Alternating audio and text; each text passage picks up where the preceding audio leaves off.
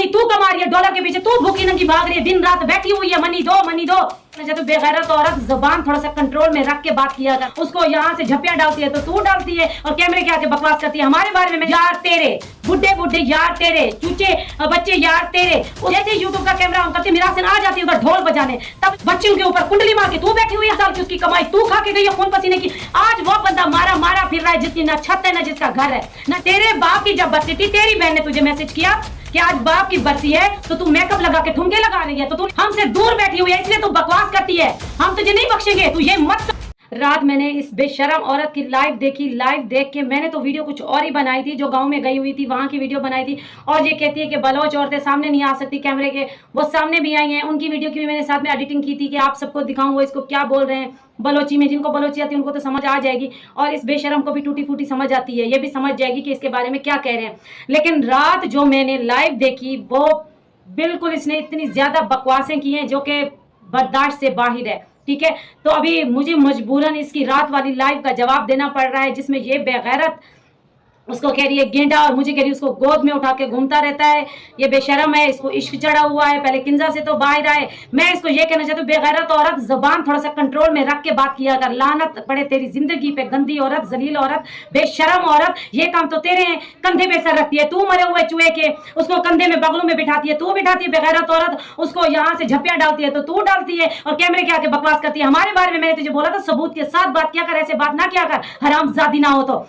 कहती है उसने निकाह किया, उसने शादी किया, प्रूफ तो पहले दिखा ना, तो ऐसे बकवास करेगी तो क्या दुनिया पागल है। और कहती मैं उनको शीशा और आईना दिखाती हूँ। शीशा और आईना तो हम तुझे दिखाते हैं, जो हमने तेरी वीडियो यहाँ से रिलीज की है तेरे यारों के साथ, तेरी मार कुटाई वाली, वो क्या थी? यार तेरे बुड्ढे बुड्ढे, यार तेरे चूचे बच्चे, यार तेरे। उसके कौन से बुढ़िया औरतें यार निकली हैं, या कोई लड़कियां निकली हैं, या कोई इसकी बीवी निकली है? सबूत के साथ बात किया। अगर सऊदी में गया तो कौन सी उसकी कोई औरत के साथ गलत रिलेशन थे जो सोशल मीडिया पे आए हैं, तो तू दिखा देना। और पाकिस्तान में कौन सी उसकी फ्रेंड है जिसके साथ उसकी तस्वीरें हैं, या कुछ ऐसा गंद निकला हो जैसे तेरा गंद निकलता है, बार बार तेरा गंद निकलता है, पूरी दुनिया को पता है तू गंदी औरत है, बदबख्त औरत है। और उसका कह रही थी बी का तो पता है ना आप लोगों को, आर का भी पता है पूरी दुनिया को कि आर क्या होती है। आर भी तू है, बी भी तू है, तो एक घटिया मिरासिन है तू।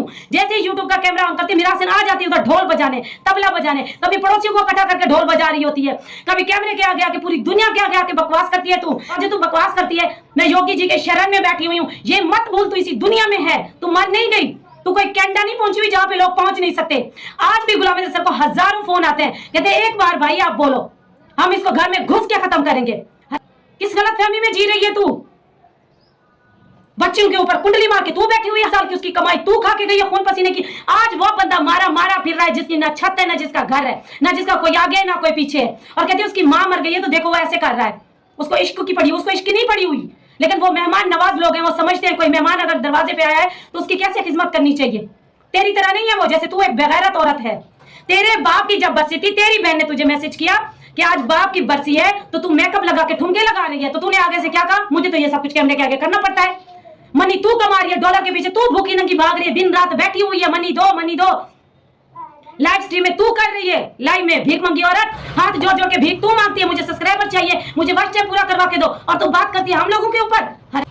दिल नहीं करता कि मैं गाली दूं, दिल तो बहुत करता है कि तुझे मैं क्या बोलूं, मैं जुबान को कंट्रोल करके बैठती हूँ। लेकिन तेरे जैसी गंदी कमीनी नमूनी औरत हमने दुनिया में नहीं देखी।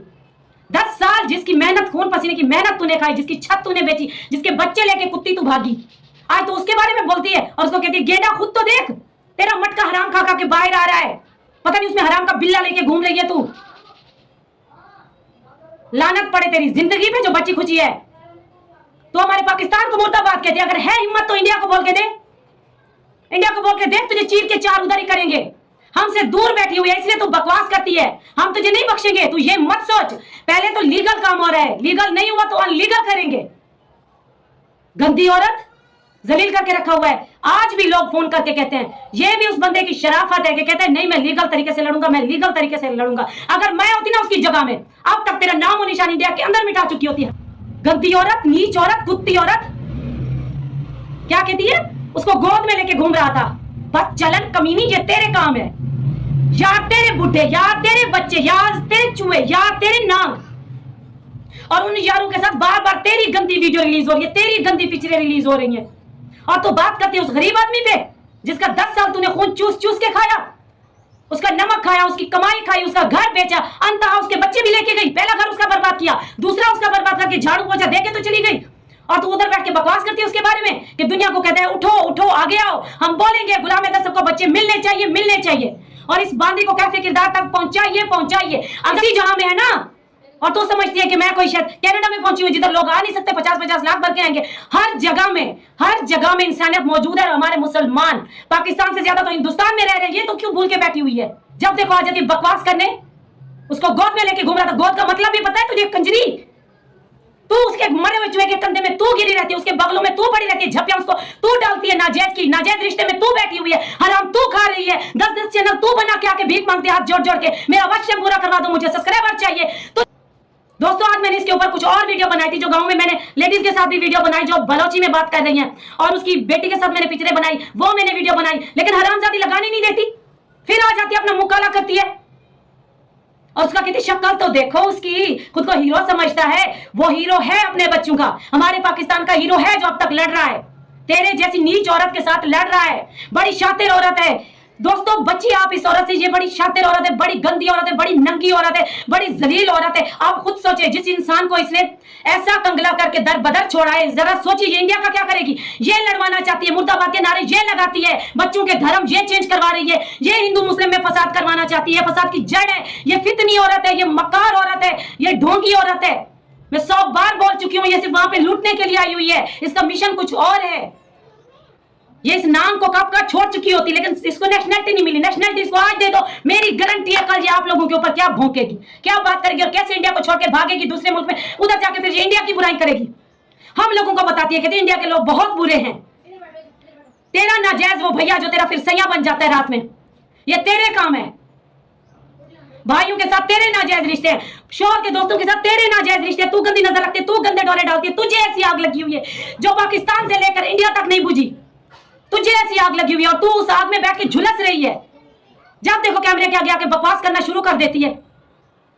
तेरे जैसी फितनी औरत हमने जिंदगी में नहीं देखी थी, लेकिन अभी देखी। ये मैं इसको जवाब दे रही हूं, इसकी रात वाली लाइव में जो इसने बकवासें की हैं उसका जवाब मैं दे रही हूं। दोस्तों उस बेचारे आदमी का रंग भी गोरा है, नैन नक्शे भी अच्छे हैं, इससे तो लाख गुना अच्छा है। आज तक उसका सर में एक बाल भी सफेद नहीं आया, अभी उसके सर में बाल सफेद आ रहे हैं। क्यों? टेंशन की वजह से। और ये बुढ़ी उससे कम 8 से 9 साल बड़ी है। मैं आप लोगों को बता दूं, सर बुढ़ी का सफेद हो चुका है, लेकिन आग उसकी अभी तक नहीं बुझी। जब उसकी आग पाकिस्तान में इतने बड़े बड़े शहरों से नहीं बुझी, तो वो क्या मरा हुआ चूहा इसकी आग बुझाएगा? ये तो वो बदमाश है, ये तो वो कंजरी है। 100 कंजरियां मरी होंगी तो ये पैदा हुई होगी। और कहते मैं लिमिट में बैठी हूं, यूट्यूब की कुछ पॉलिसी है और मैं बी बता रही हूं। बी का मतलब समझते हो? हम बी का मतलब भी समझते हैं, वो बी भी तू है। हम आर का मतलब भी समझते हैं, वो आर भी तू है।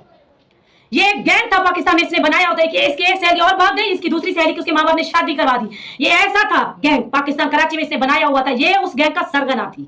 सरगना भागी छुपके से, चुई तू थी, भागी तू, अनलीगल तरीके से तू बैठी हुई है, नाजायज रिश्ते में तू बैठी हुई है, अपनी बच्चियों को गंदे इंसान के हवाले तूने किया हुआ है।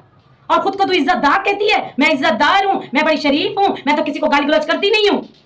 10 महीने पहले जिसको गाली गलौज किया, आजकल उसे माफिया मांग रही है। वाह वाह वाह, बड़ी बात है। और कहती लोगों को कहती उठो जागो, हम लोग बोलेंगे लोगों को उठो जागो, यही टाइम है। ये कहती है ना जैनब का केस उठा लो, पाकिस्तान में क्या हुआ था? जैनब के केस में ये हुआ था, जिसने उस बच्ची का रेप किया था उस बंदे को फांसी दी थी हमारी हुकूमत पाकिस्तान ने। जब ऐसे सुस्ती पड़ी थी जैसे इस बांद्री के केस में पड़ी हुई है, तब लोग बाहर निकले थे, हड़तालें हुई थी, रोड बंद हुए थे, धरने हुए थे, उसमें भी 2 बंदे शहीद हुए थे। 2